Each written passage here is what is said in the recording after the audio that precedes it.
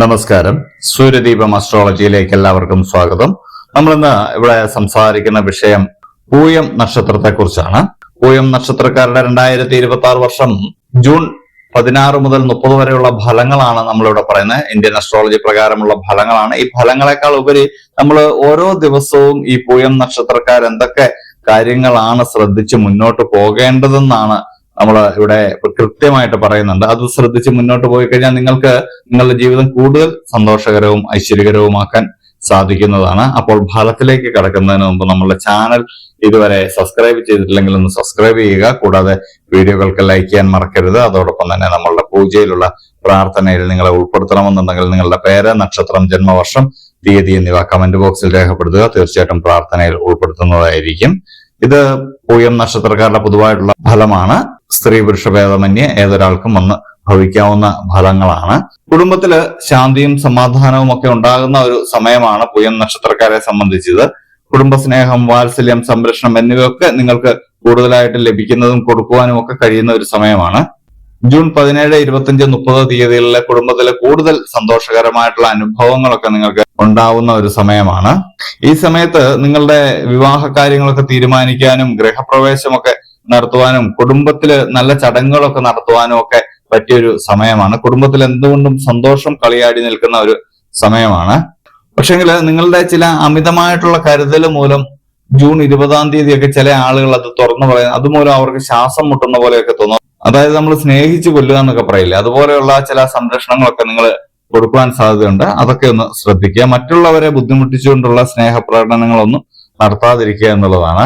അതുപോലെ തന്നെ സാമ്പത്തികപരമായിട്ട് നിങ്ങൾക്ക് നോക്കുകയാണെങ്കിൽ 24, 29, 18 തീയതികൾ, ജൂൺ മാസം 18, 24, 29 തീയതികൾ സാമ്പത്തികപരമായിട്ട് വളരെ സുരക്ഷിതമായിട്ടുള്ള ഒരു സമയമാണ്. ഈ സമയത്ത് നിങ്ങൾ ചെയ്യുന്ന എന്ത് ഇൻവെസ്റ്റ്മെന്റും നിങ്ങൾക്ക് വളരെ ഗുണകരമായിട്ട് മാറുന്നതാണ്.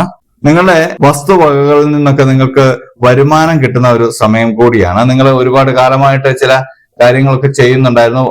അങ്ങനെയുള്ള കാര്യങ്ങൾക്കൊക്കെ ഒരു വരുമാനം കിട്ടിത്തുടങ്ങുന്ന ഒരു സമയമാണ്. വീട്, സ്ഥലം, വാഹനമൊക്കെ വാങ്ങാൻ പറ്റിയ ഒരു സമയമാണ്. പൂർവിക സ്വത്തൊക്കെ നിങ്ങൾക്ക് കൈവശം വരാനുള്ള ഒരു സാധ്യത കാണുന്നുണ്ട്. പെൻഷനൊക്കെ ആയവർക്ക് പെൻഷന്റെ കാര്യങ്ങളെല്ലാം നേരെയായി പെൻഷൻ കിട്ടിത്തുടങ്ങുന്നതാണ്. ഇൻഷുറൻസ് മൂലം നിങ്ങൾക്ക് ഇൻഷുറൻസ് തുകയൊക്കെ കിട്ടുന്നതാണ്. LICയുടെ ഇൻഷുറൻസ് ഒക്കെ കവറേജ് ആയി അതൊക്കെ വരുന്ന ഒരു സമയമാണ്. എന്തുകൊണ്ടും സാമ്പത്തികമായിട്ട് കൂടുതൽ മേന്മയുള്ള ഒരു സമയമാണ്.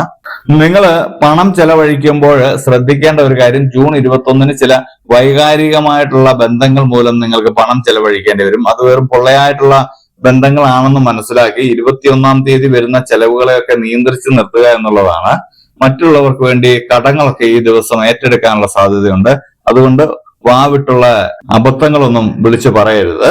അത് കൃത്യമായിട്ട് നിങ്ങൾ നോക്കുക. 21 തീയതി സാമ്പത്തികമായിട്ട് ഇടപാടുകൾ നടത്താൻ ഒട്ടും അനുയോജ്യമല്ലാത്ത ഒരു സമയമാണ്. അതൊന്ന് ശ്രദ്ധിക്കുക. നിങ്ങൾക്ക് ജൂൺ 16 മുതൽ 21 വരെ നിങ്ങൾക്ക് തൊഴിൽപരമായിട്ടും കർമ്മരംഗത്തും വളരെ നേട്ടമാണ് കാണുന്നത്. നിങ്ങളുടെ കർമ്മം ഏതായിക്കോട്ടെ അതിൽ വിജയമാണ് കാണുന്നത്. കൂടുതലും ബിസിനസ്സുകാർക്ക് വൻ ലാഭമാണ് കാണുന്നത്. അതുപോലെ തന്നെ കൃഷിക്കാർക്കും നല്ല ലാഭം കാണുന്നുണ്ട്. കൃഷിയുമായിട്ട് ബന്ധപ്പെട്ടിട്ടുള്ളവർക്കും വളരെ ലാഭമാണ്. തൊഴിൽപരമായിട്ട് മുന്നേറ്റം ഉണ്ടാവുന്നുണ്ട്. മേലധികാരികളിൽ നിന്നൊക്കെ പിന്തുണ കിട്ടുന്ന ഒരു സാഹചര്യം ഉണ്ടാകുന്നുണ്ട്. ജൂൺ 26 ശേഷം നിങ്ങൾക്ക് തൊഴിൽപരമായിട്ട് സ്ഥാനക്കയറ്റമൊക്കെ ഉണ്ടാകുന്നുണ്ട്. സർക്കാർ ജോലിയൊക്കെ വേണ്ടവർക്ക് ഈ സമയം ഒന്ന് പരിശ്രമിക്കാവുന്നതാണ്. അതിനുവേണ്ടി ഒരു തുടക്കമൊക്കെ കുറിക്കാവുന്നതാണ്. വീട്ടിലിരുന്ന് ജോലിയൊക്കെ ചെയ്യുവാൻ ആഗ്രഹിക്കുന്നവർക്ക് അതിനൊക്കെ ഒരു സാധ്യത. ഏറ്റവും എടുത്തു പറയേണ്ടത് സർക്കാർ ജോലിക്ക് അനുകൂലമായിട്ടുള്ള ഒരു സമയമാണ്. നിങ്ങൾ അതിനൊന്ന് ശ്രമിക്കുകയാണെങ്കിൽ തീർച്ചയായിട്ടും നടക്കുന്നതാണ്. തൊഴിൽപരമായിട്ട് നിങ്ങൾക്ക് വളരെയധികം മേന്മയുള്ള ഒരു സമയം കൂടിയാണ്. ഈ അവസരങ്ങൾ വിട്ടുകളഞ്ഞു കഴിഞ്ഞാൽ പിന്നീട് അത് ലഭിക്കണമെങ്കിൽ വലിയ പാടാണ്. അതൊന്ന് ശ്രദ്ധിക്കുക.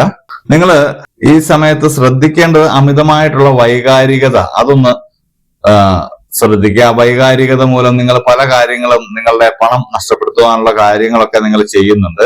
നിങ്ങൾ ഭൂതകാലത്തെ പിടിച്ച് അതിൽ തൂങ്ങിക്കിടന്ന് നിങ്ങൾ ചില കാര്യങ്ങളൊക്കെ ശ്രദ്ധിച്ച് അവർ പണ്ട് അങ്ങനെയായിരുന്നു എന്നൊക്കെയുള്ള ഒരു ഇതില് ആണ് നിങ്ങൾ ഇത് ചെയ്യുന്നത്. അതൊരിക്കലും പാടില്ല. ചില കാര്യങ്ങൾ മനസ്സിലാക്കി ജീവിക്കുക എന്നുള്ളതാണ്.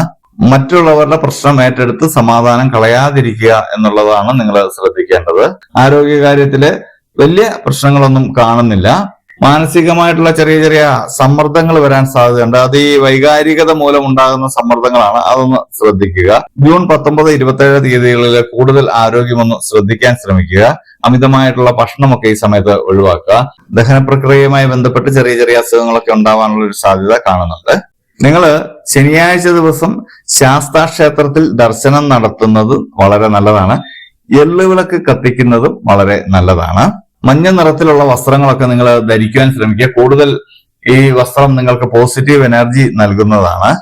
അതുപോലെ തന്നെ ഉണർന്നെഴുന്നേൽക്കുന്ന ഉടനെ വിഷ്ണു സഹസ്രനാമം ജപിക്കുവാൻ ശ്രമിക്കുക. കൂടാതെ വെള്ള നിറവും നിങ്ങൾക്ക് അനുയോജ്യമായിട്ടുള്ള നിറമാണ്. ഈ സമയത്ത് അത് ധരിക്കുന്നത് വളരെ നല്ലതാണ്. അപ്പോൾ ഇതൊരു പൊതുവായിട്ടുള്ള ഫലമാണ്. നിങ്ങളുടെ ജന്മസമയം അനുസരിച്ച് ഇതിൽ ഏറ്റക്കുറച്ചിലുകൾ ഉണ്ടാവാനുള്ള സാധ്യതയുണ്ട്. എന്നിരുന്നാലും ഒരു രീതിയിൽ അല്ലെങ്കിൽ മറ്റൊരു രീതിയിൽ ഇത് നിങ്ങൾക്ക് വന്ന് ഭവിക്കുന്നതാണ്. അപ്പോൾ ഇതുപോലെയുള്ള അറിവുകൾക്കും വിശേഷങ്ങൾക്കുമായിട്ട് നമ്മുടെ ചാനൽ ഒന്ന് സബ്സ്ക്രൈബ് ചെയ്യുക. ഇനി മറ്റൊരു വീഡിയോയുമായിട്ട് നമുക്ക് വീണ്ടും കാണാം. നന്ദി, നമസ്കാരം.